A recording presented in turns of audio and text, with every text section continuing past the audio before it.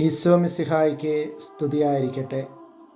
സുവിശേഷത്തിലെ ഈശോ 10 നാണയത്തിലെ നഷ്ടപ്പെട്ടു പോയൊരു നാണയത്തെക്കുറിച്ചും അത് കണ്ടെത്തുമ്പോഴുണ്ടാകുന്ന സ്വർഗീയ ആനന്ദത്തെക്കുറിച്ചുമാണ് പ്രതിപാദിക്കുന്നത്.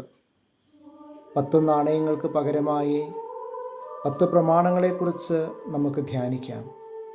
നമ്മുടെയൊക്കെ അനുദിന ജീവിതത്തിൽ ഏതെങ്കിലും ഒരു പ്രമാണത്തിൽ വീഴ്ച വരുമ്പോൾ നഷ്ടപ്പെട്ടുപോയ പരിശുദ്ധാത്മാവിൻ്റെ ചൈതന്യം വീണ്ടെടുക്കുവാൻ ആ മകൾ വിളക്ക് കൊളുത്തി നാണയം തിരിഞ്ഞതുപോലെ അനുതാപത്തോടെ കുമ്പസാരക്കൂട്ടിലേക്ക് നമുക്കണയാം.